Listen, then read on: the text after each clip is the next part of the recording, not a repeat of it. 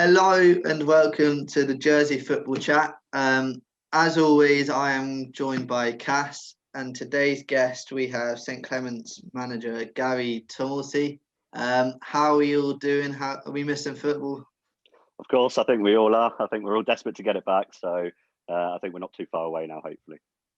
Good stuff. Yeah, good. Very cold this week. Glad I was out a bit of training, but glad we're not out all the time while it's freezing cold. But definitely looking forward to hearing some good news about getting started. You sound like you're softened up a bit since you've come down south, Cass.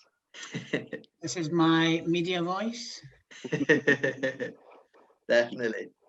Gary, tell us about your footballing background growing up. Have you always into sport and football in particular?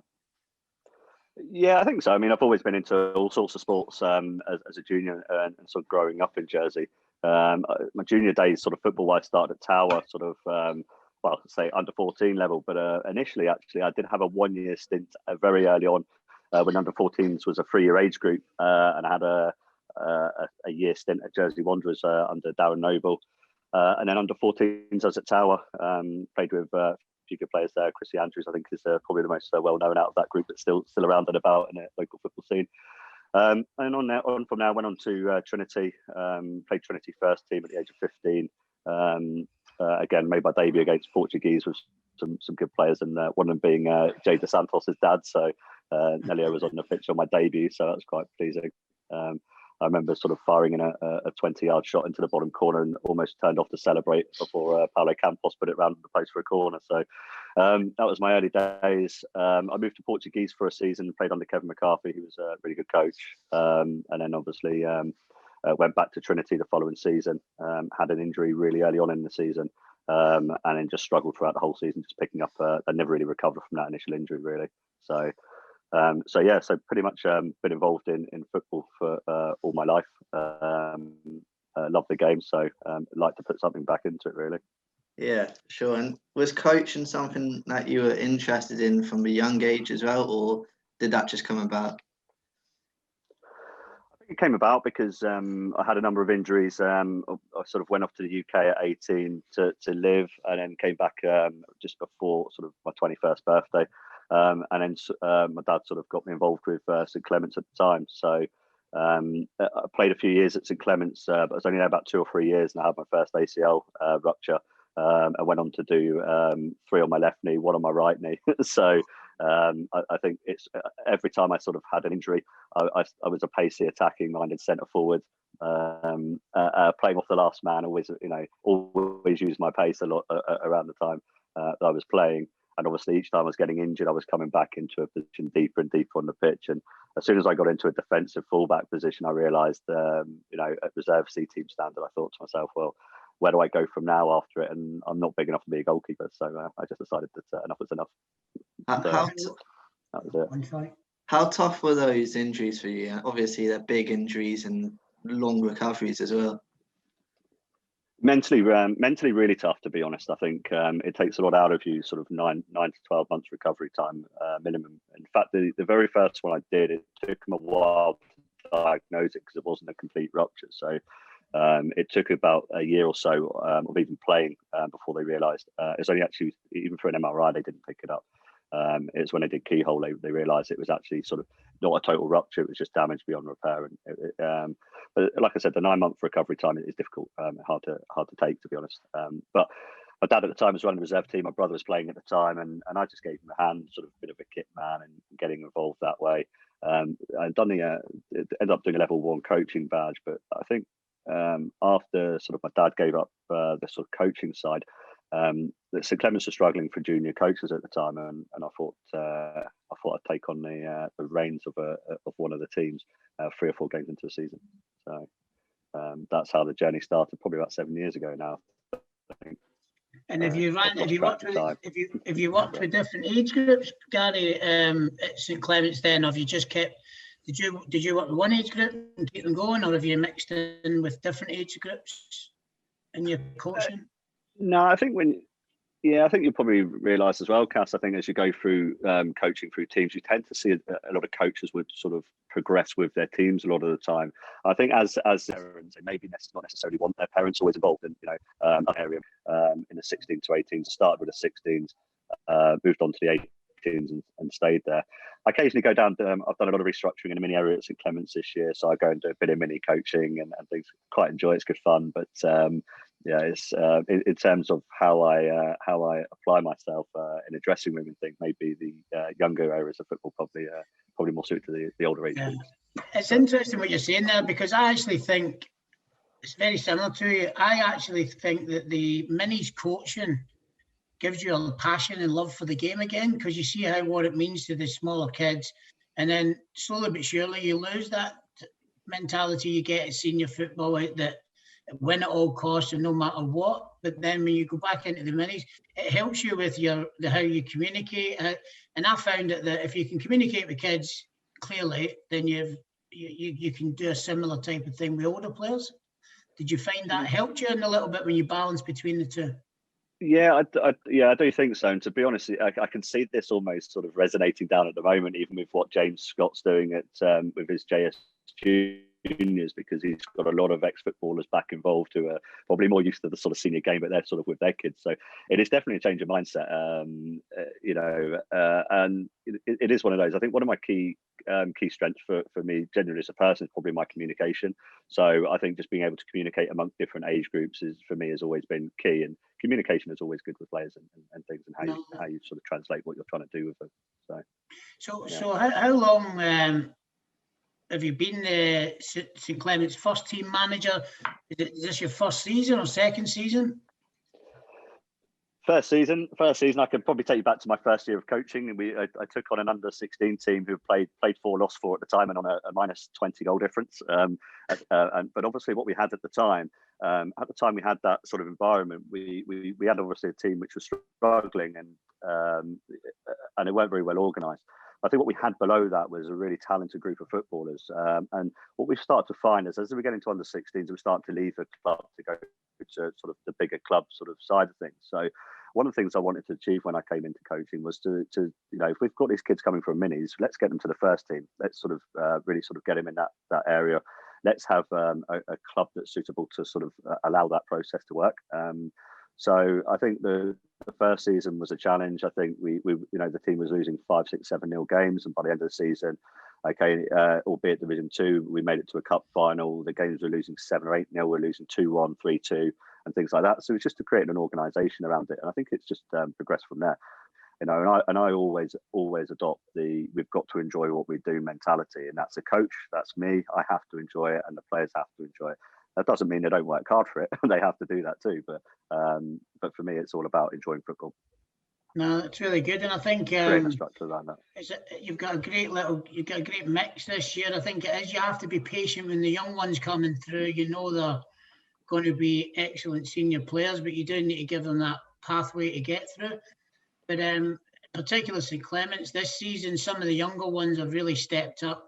Jack Lumsden, Rye has also stepped up and played Bulls football for you. How have you found, you've just got them into your first team, and then they're performing at such a standard, they're getting the call up there, which I think is really great news for them as individuals. But how do you cope with that as a new manager?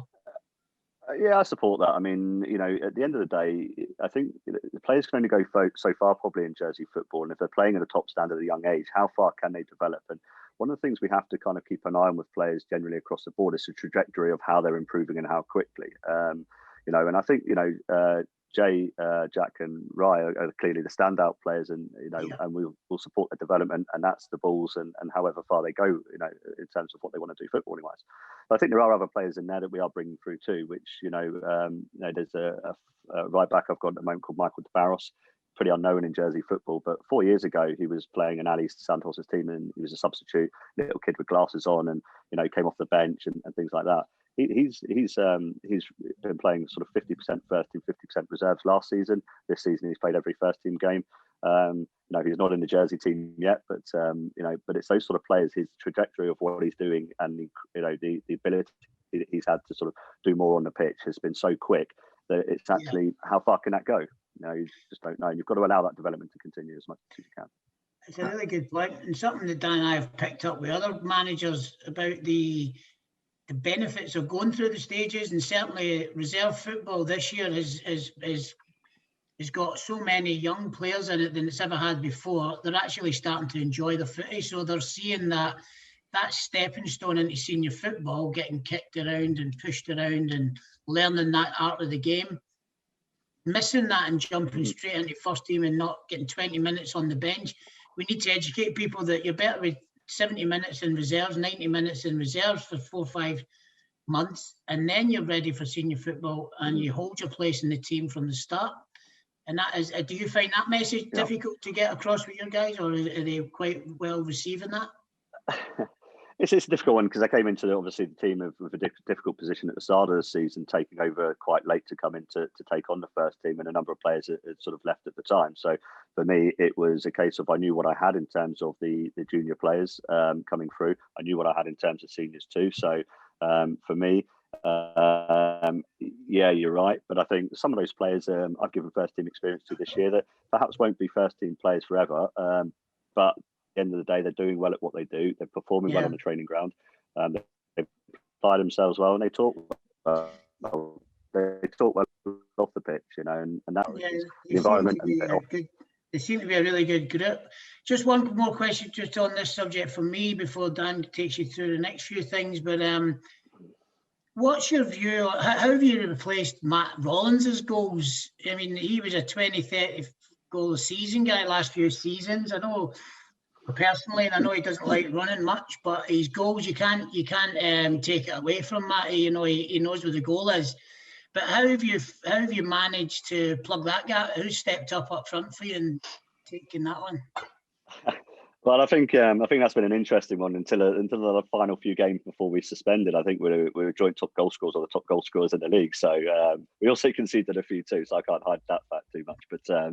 But as far as you know, we do create, and I believe that with the pace and threat we've got in our attacking lineup, that they're very young, but I think they can frighten a lot of teams and a lot of people out there. So yeah, we're going to have to adapt our game style a little bit. We've done that against different teams, but I think when you've got Ryan Jay, I mean, at one point I think we'd scored 21 goals, and I think Jay had eight goals and 8 assists out of that 21. So the stats say a lot for where we create our chances. So how's Krishna coming on? Is he coming through well? Sorry, Dan, but I just because I know that he's one that I've looked at in terms of pace, and he can finish at his own age group. But the step up to senior football, we're hoping he can start scoring the goals and being a threat in senior games as well.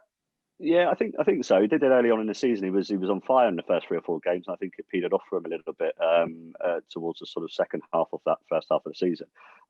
He's put on. He goes to the gym a little bit now, Krishna, so he's sort of filling out the sort of top side of him. I also employ him now here at the company I work for. So got to be careful. I don't want to demotivate him on a work environment because I won't get any tea or coffee made for me for a while. But no, I think. In terms of Krishna, he's got raw pace. He's a good finisher. I mean, he's a lot of things. A lot of times with strikers, they'll tend to want to smash the net in half when they're finishing. But with Krishna, it's more about placing, and his pace will take him away from people. I think we need to work on his work rate off the ball a little bit, and he knows that. So, but I think we've got individual things where we speak to players about their improvement and where they can improve. So it's all well known between us. He's a good talent, and how much does it help? You've obviously had the likes of Connor O'Shea, Brophy around, and now you've got Karl Heinz in as well. How much will these players help those youngsters that we've talked about coming through the ranks? Well, it's one thing that's really, really important to me in the development of the young group we have is having the right personalities around. And I don't want to bring in players that don't have the right ethos, the right mentality. And it's something I spoke to Karl about before he sort of joined up with us. What I want to achieve as a manager of this team and where we want to take it to. And this, he has to be supportive of that junior development. And to his credit, it's been fantastic on a training pitch. Karl drives every % extra out of a junior player that he can, and he's doing it in the right way as well. So Connor, I don't really speak too much about. He leads by example on and off the pitch. He trains hard. He works hard. You don't hear a lot of Connor when he's captain if you're standing back from the pitch, but I think if you're on a pitch you hear him. He's one of those types of players. We are generally probably seen as a bit more of a quieter team, but all the senior players, like you've always pointed out, Brophy, Ollie, some of these guys, even Tosti, I mean, they're really great with these young kids, and that's important to me that they are. So you're creating a good social thing there as well, which definitely helps with amateur football to have that social side sorted out. Yeah, very true. We're not as noisy as our noisy neighbours up in Grooville. I mean, they publicise it quite a lot, and they're doing a really good thing too up there. But we do it quietly, and I think that's something I've always tend to have done, Cass, in footballers. I've done quite a lot in the last 6 or 7 years, but I keep it quite quiet sometimes. I don't sort of generally go out too much to talk too much about what we do. And that's probably a downside of it sometimes. But what do you think? What do you think, Dan? We maybe call it Clement, Gary's bar, or Jerry's bar. Could well be going to Jerry's bar, that's right. Something like that. And maybe you'll start challenging your noisy neighbours. But they're doing well. They're doing very well as well, aren't they? They've built a good little team. So it's great to see that all the clubs are really pushing, and the level's good across the league.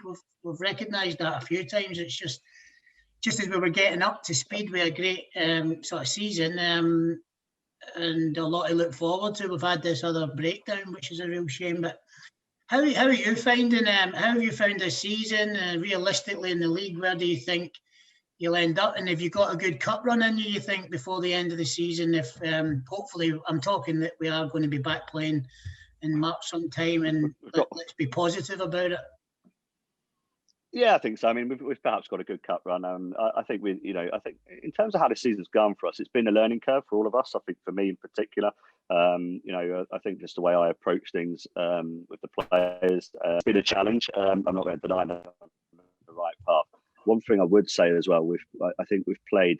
I'd like to say we've played every team at their absolute strongest, which is good, and I really want that for our young players. When we've played teams that have had the Bulls players back and the top teams like that, and it's something that, as a learning season for us, that is that's a good experience for them. It's a good experience for all of us. So that's been good. So how have you found that as well? With obviously Ryan and Jay have been part of it, and Jack. How have you found that as a manager, juggling it and allowing them to go? I know we touched on it earlier, but is it hard to change your team around? How much of an impact does it have on the team? It is and it isn't. I mean, I think I've had a good relationship with Ian Horsfeld at the Bulls, and I've had some good conversations with Gary Freeman, and they've been pretty open with us, and we've been open with them. We said, look, there's a mutual understanding that if they don't need to take certain players on certain games, then they won't sort of strip our team back and things. So we've had those communications. We went through a time where we had an abundance of strikers, so we said, look, Rye's probably best suited for the next couple of games if that's helpful. We have other players came back from injury and things, so we said, look, maybe then we allowed Jay and Jack to go as well. So it's a two-way thing, and I think it has to be like that, and it's worked well. So I think it's pretty apparent when you look at the amount of players I've used this season. We've had a number of injuries. We've had the sort of few Bulls players, but I think we've used nearly 30 players in the first team this season. I think I've used every player from our under-18 team pretty much as well. In fact, St Peter's game, I think we 8 of our starting 11 were 18 or under, and we drew 0-0 in that game. That's good. We had about 30% possession, and probably should have won the game 3 or 4-0 in the end with the counter-attacking chances we actually had. And our keeper, don't remember him actually making a save. But and it goes back to the point. 3 days later, 3 or 4 of those players had gone back to university, and I looked at the team the following week, and I thought it was a very, very different St Peter's team. But then again, you come to the game we played them in the cup just before the break, and they had the Bulls players and they had the uni students back, and that team is capable of winning the league or close to. So it's a big change around in how football is working at the moment. I'm not gonna complain about it, because I want our players to play the best players. Definitely. How are you finding the way they'll develop? So how are you finding the league in general? Are you enjoying the competitiveness and how good are the vibes as well, like the feeling around football in Jersey for you? I think the feeling in football's been going from strength to strength in the last sort of 12, 18 months. And, streams like, for example, what you're doing are fantastic as well, just getting it out there. And that's just jumping off the back of all the clubs are doing themselves as well, which is also, you know, really, really positive. And I think, you know, we've lost a number of teams over the years and you're starting to see additionals come back. So that's been good too. So it's definitely a positive for Jersey football all around. And I think the more we can get it out there, the better, because I think football's always had a bit of a poor stigma in the past with discipline and things. But I think we've definitely turned a corner on that side. Definitely. Finally, in terms of St Clement's, a football club, what's next for them? Have you got any plans to do a Bob's Bar or any developments at the club? Or yeah, we are. Yeah, we've got a lot on the go at the moment. I can't say a huge amount about it, but we have applied to the fiscal stimulus fund with the government to improve our facilities. I'm not going to deny the fact that I don't necessarily always think 3G pitches are the best in the island, but for where we are in our club, we're going to need one. We're quite low lying and we have a lot of flooding out in our area, so it's very difficult. You're going to have to walk around the fields around us to actually realise the extent of how bad it is. So we have put in a grant to improve the whole facility, including clubhouse. We are looking to put a balcony on the top with additional meeting space, a 3G pitch, additional car parking, additional entrance coming into our ground. So there's a lot going into it. You know, whether we get the fiscal stimulus fund funding, I don't know, but we have the plan there now. We now have charitable status, so we can now apply for charity funding and various different things. So my job during lockdown has been incredibly busy dealing with all of this. So I've got a 32-page business plan around it all now. So let's bit by bit, we can do it in stages if we need to. I'm meeting a couple of people to talk about potential people might be interested in funding it too. So it's a way off at the moment. It's a bit of a pipe dream for a lot of it, but if any of it comes off, then it'll be incredibly good for us. We were already talking about getting a decked area outside the club anyway, and things like that, just to sort of have a nice sort of bit of a thing at the side of the pitch. So, just on that, I just think it's absolutely brilliant what you're saying there. And if you think about the reality of where we're at, we're an amateur group of footballers, an amateur clubs, you know, all self-funded, all self-servicing, and everything that we do in a voluntary basis. And then you're hearing about clubs thinking about development plans and 3G pitches, and it's incredible what we can conjure up at local club level, and the people that are working there, you know, a lot of clever, smart people working behind the scenes, that if we can get the package right, all the clubs could share a best practice thing with us and really look at how we can get all of our grounds up to a standard. You know, everyone should have a good changing room. Ideally, everyone would have a clubhouse and everyone would have a training facility that was able to support the club and the wider community as well, because you're in a good position there. There's so many estates around there. The kids could come and use it as well, which would be brilliant for that St Clement's community. Yeah, you're absolutely right, Cass. I mean, I think if you look at the demographics of St Clement's, and I've done quite a bit of work on this, so I know quite a lot that you know, the population of St Clement's is significantly high in comparison with its size and the area of the island. And I'm not going to bore you with the actual statistics of everything, but the area around there is, you know, quite substantial, and the social housing areas are there quite a lot as well. So it does support that you know, the area and the community could do with this facility, not just the club. So I know there's talk of La Rocquiere as well, but you know, like you said, I mean, you know, we've created in the last sort of 10 or 15 years, from our mini section all the way to our senior section, an incredibly talented group of footballers, but they don't necessarily have a pitch to play on that suits their style of play necessarily. So my ambition next is to move that forward, and it could be a better pitch. We're looking at drainage. If the 3G doesn't work, then how can we drain it better? How can we have a better pitch? So one way or another, we will look to get a better surface for our players. No, it's great to hear that they're thinking of strategy as well as football and on the pitch stuff. It takes everything to run it well. And, you know, what we want to do as volunteer coaches and managers is provide an environment where players can enjoy, where they can practice and get, you know, good conditions. And, you know, we're very lucky in Jersey. I've said it a few times now on these different podcasts around the facilities that we get to work on. You know, even now with the weather so bad, there's still playable areas to do your bubbles and nine. There's just, you can still go on and do stuff, and we're very lucky at times, and we've got great support from the groundsmen and staff. Definitely. And in terms of St Clement's and yourself, Gary, Are you there for the foreseeable? Can't see any other club? St Clement's through and through. I joined St Clement's 20 years ago. I've been there 20 years. I think I did a bit of a stint just over a year on the JFA board, and I really enjoyed that. And I'd like to have continued more of it. But I think just how St Clement's was looking around this time last year as we sort of approach the end of the season, they're really struggling in terms of personnel at the club. And to be honest with you, I didn't really have a particular desire to take a first team at the time. I mean, I think I enjoyed the under-18 space I was working in and watching that transition from junior to senior. The senior side of it does give you 2 trainings a week, a lot more games, it's a higher commitment. And off the football pitch, I've already got a lot of commitment with my work and also with the club stuff I do off the side and the JFA stuff I was doing as well. So something had to give on that, and unfortunately it had to be the JFA side because I really started to sort of grit my teeth into something, quite enjoyed it. But I think, what's the point in running a JFA if you don't have clubs, was my view at the time. And I think that a real big focus needed to go back into the club. And I think we've turned a huge corner this year. I think a lot of people early doors, I'm not going to name names, but there was one manager I walked past in a pre-season friendly who said we should be stuffing the slot 6-0, and I think we were 4-0 up at half time.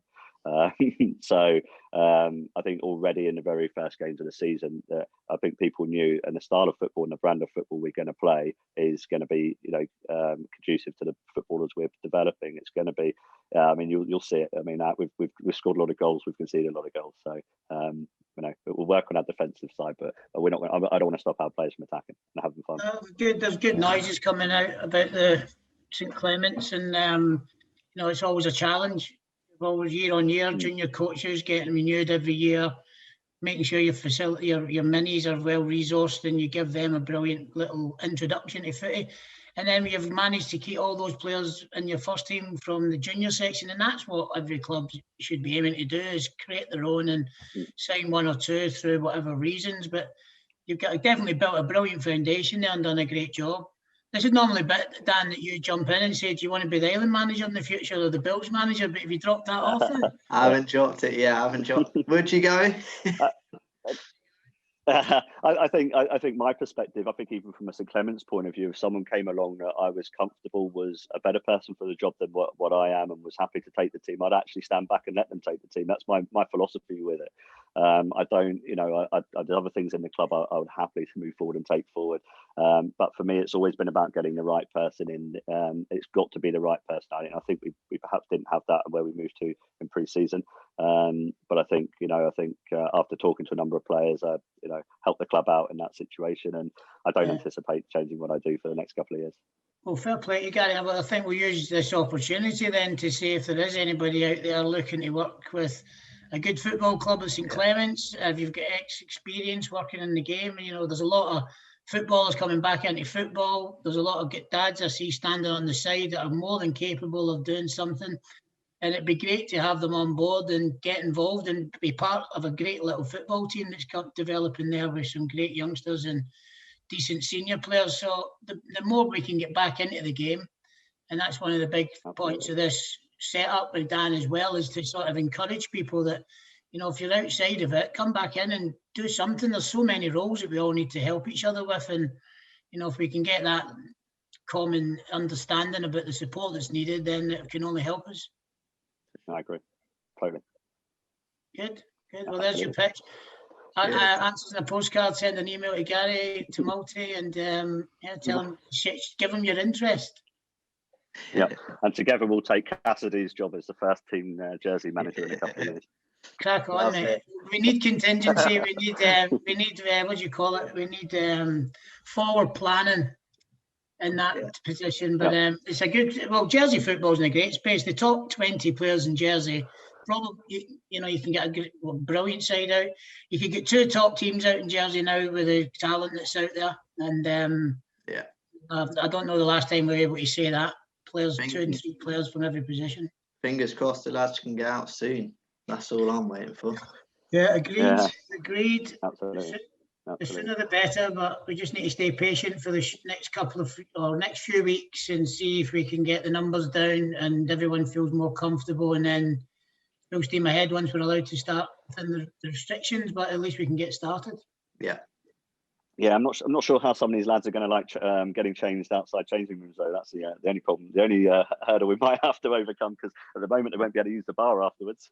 Yeah, true. I've been using my camper van for the reserve games I'm helping with up at St Paul's, and I've been out to Kennedy with my camper van and torches, and the lads are jumping in and getting changed, and I don't know. I mean, it's back to I don't know, even before my day, I don't ever remember doing these type of things. But I think it makes people appreciate the game a bit more, and people sort of take, they realise actually, fair play, yous are still coming and helping and organising. They've realised we're doing the best we possibly can, and I think it's definitely joined players and managers a bit closer together, which is a good thing.